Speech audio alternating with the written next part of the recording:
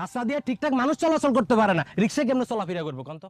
দেখছেন রাস্তার ভিতরে একদিন বৃষ্টি হওয়ার পর কত বড় বড় গর্ত হয়ে গেছে, পুকুরের পানি সব মনে করেন রাস্তার ভিতরে জমা থাকে, গাড়ি ঘোড়া চলতে পারে না। এদিক দিয়ে গাড়ি ঘোড়া তো দূরের কথা, মনে করেন মানুষও ঠিকঠাক চলতে পারে না।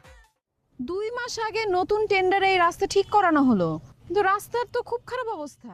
কি ব্যাপার মিজান সাহেব, আপনার ওয়ার্ড আর রাস্তার এই অবস্থা কেন? আরে আমার একটা ম্যাডাম, আমি ওয়ার্ডের মেম্বার হইলেও এই রাস্তার কাজের টেন্ডার পাইছে এই বসি সাহেব। ম্যাডাম রাস্তা কিন্তু ঠিকঠাকই বানাইছিলাম, কপাল এত খারাপ, রাস্তা বানানোর পর থেকে ঝড় তুফান বৃষ্টি জলোচ্ছ্বাস টর্নেডো সাইক্লোন যা আছে বন্যা হয়ে পুরো রাস্তা দেখেন ভাঙ্গে চুরে কি অবস্থা। তাছাড়া ম্যাডাম রাস্তা করছি রিক্সা চলাচল করব, মানুষ হাঁটবো, তা না করে এখানে বড় বড় হাইওয়ে বাস ট্রাক ট্রেন যা পারছে সব চলছে।